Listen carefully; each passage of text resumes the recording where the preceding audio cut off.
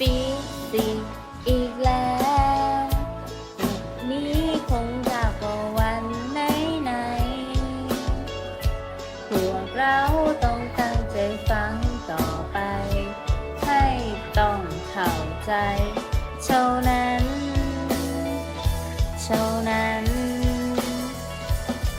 ว่าการเคลื่อนที่อยากรู้ว่ามีแบบไหนอย่างไรตัวอย่างเช่นมวลและแรงนี่ไงแบบแรงนี่ไงเท่านั้นเธออยากจะรู้ว่าเธอนั้นเข้าใจไหมวิธีแบบไหนการเคลื่อนที่ไง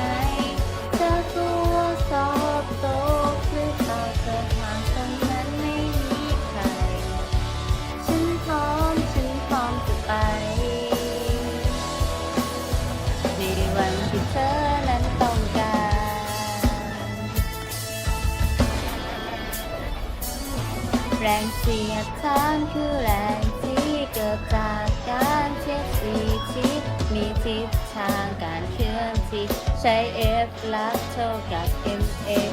F คือแรงโน้มถ่วงเกิดจากการกระทำวัตถุมีหน่วยเป็นนิวตันนั่นก็คือตัวเองเท่านั้นเธออยากจะรู้ว่าเธอนั้นเข้าใจไหมวิธีแบบไหนการเคลื่อนที่ไงเธอกลัวสอบตกหรือเปล่าเธอหาตรงนั้นไม่มีใครฉันพร้อมจะไป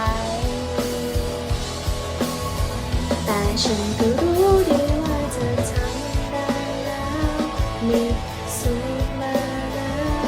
ต้องตั้งใจทำเธอทำได้หรือเปล่าเธอทำได้ฉันก็ดีใจ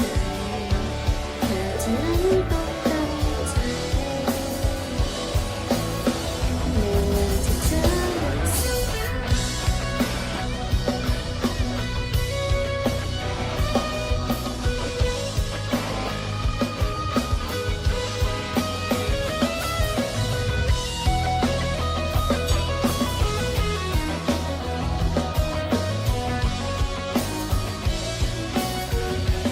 อยากจะรู้ว่าเธอนั้นเข้าใจไหม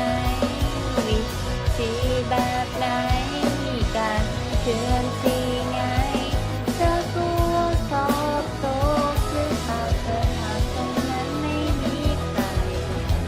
ฉันพร้อมจะไปฉันก็รู้ดีว่าเธอทำได้แล้วมีสุขมาก